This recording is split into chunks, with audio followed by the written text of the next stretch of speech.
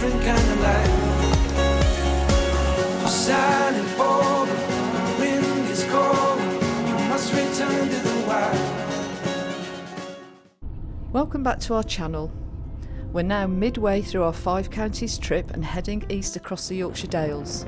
We stopped to take in the immense and extreme landscape, and it's really breezy today. It's our first time here, and I don't think either of us really appreciated the vastness of this area. It's both rugged and wild, but somehow gentle and picturesque too. It's simply beautiful. 25% gradient, that's why. Now, as you can see, Harry flies up the Sutton bank on the A170 east of Thirsk. Caravans are warned not to go up here, and it's quite obvious to see why. And it's times like this we're really glad that we upgraded to the 170 brake horsepower engine.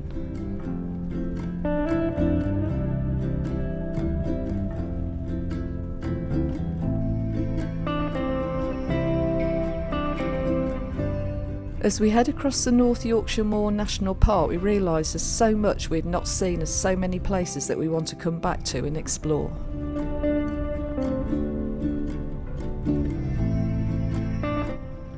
We finally reach Whitby, and again it's a place that neither of us have been to.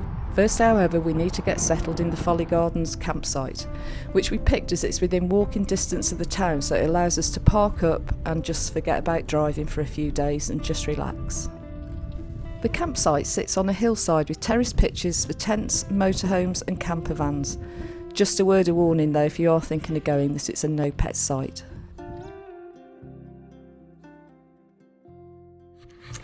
Good morning. As you can see, we've woken up to beautiful sunshine this morning, blue skies. We had rain in the night, just a little bit. But yeah, being woken up to this we weren't expected, so we're going to go off into Whitby town. We're going to go via the Abbey first and take a few pictures up there, then walk down into Whitby town itself, go probably on the beach and have a look around there. The first monastery was founded in about 657 AD, and it became one of the most important religious centres of the Anglo-Saxon world. This headland is now dominated by the ruins of a 13th century abbey, and it makes such an impressive sight when you're up close to it. It's absolutely huge.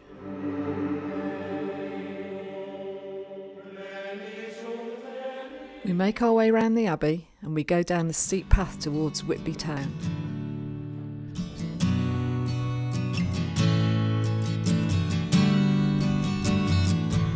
The harbour is well protected from the sea, and in years gone by it was renowned for its herring fishing and whaling, and you can actually still go whale watching, you're just not allowed to bring one back these days. We found a great place for lunch. I have a nice healthy burger and Stu favours the Whitby crab sandwich.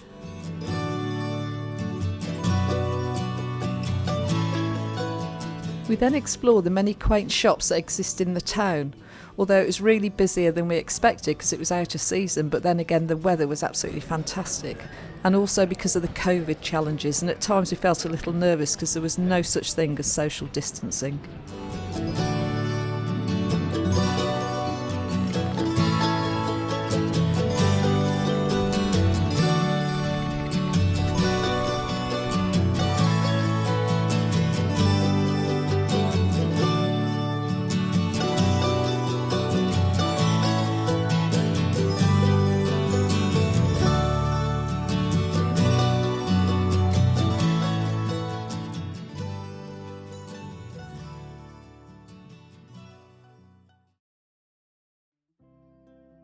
The following day we leave Whitby for Robin Hood's Bay. I think Harry's had a bit too much sun as the sat-nav lets us down, but a quick 180 and we're soon back on track.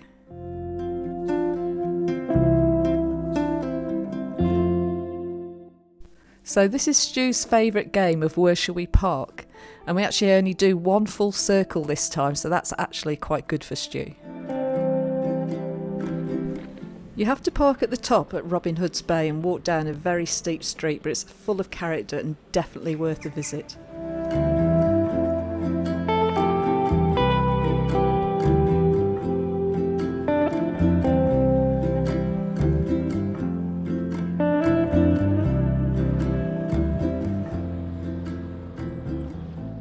So we've now left Whitby and we're now heading towards Norfolk. So tonight we're going to go, found just one night stay, I think it's in Lincolnshire, on the Humber Spit. We found a campsite. We're just here at Robin's Hood Bay on recommendation from a friend, which is sun's come out, the wind's dropped, it's beautiful. So just having a couple of hours on the beach and soaking in the sights. Had an ice cream. And then we're going to be heading south shortly.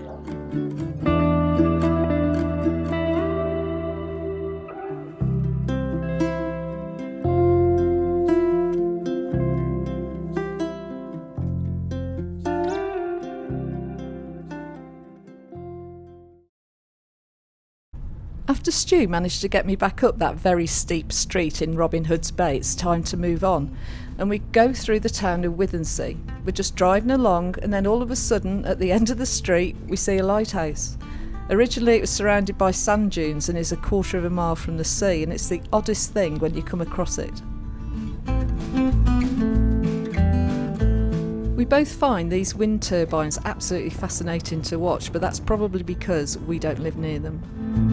As we get closer to our destination at Spurn Point, we start to ask ourselves if we've chosen the right location, as we're greeted by this large industrial complex, and the sat-nav is saying that we're only 5 minutes away from our final destination. So as you can imagine, there's a few choice words flying around Harry right at this moment.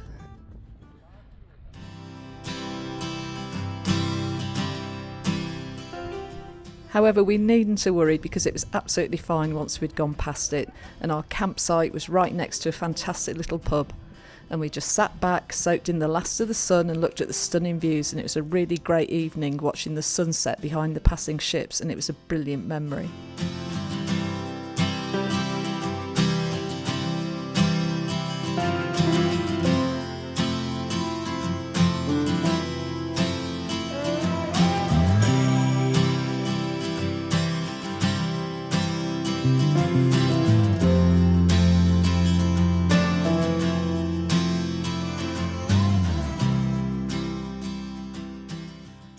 And a few drinks later, Stu rustles up a really great steak meal. Perfect.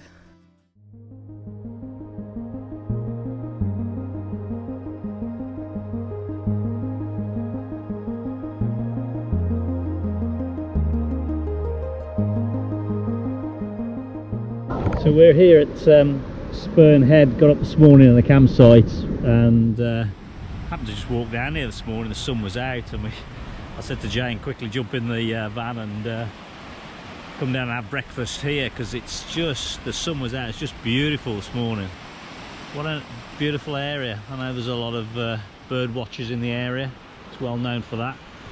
Looks like there's remnants of World War II bunkers here as well, concrete bunkers that are gradually collapsing into the sea.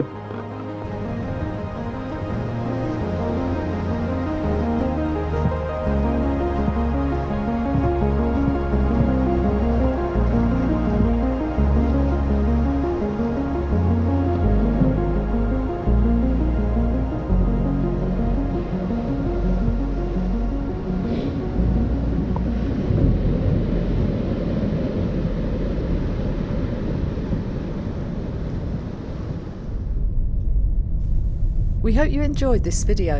In the next one we'll be heading towards Norfolk, and we hope you can join us.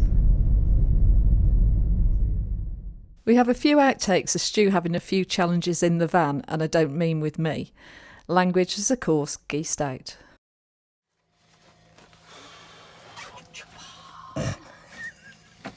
How can you lose something in this size of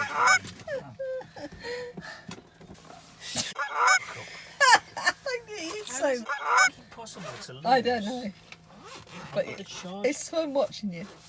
How many wires do we have around this? Okay, we have a lot of wires around this van. You need to charge. You need to bloody charge everything, charger. including So yourself. The last thing she did before she was filming, she got smacked in the face with a died. zapper, 4,000 volts to the head. Where's my glasses? I can't see. I think it's best you don't. Where's my glasses? I don't know, they're in your bloody hand. No, no.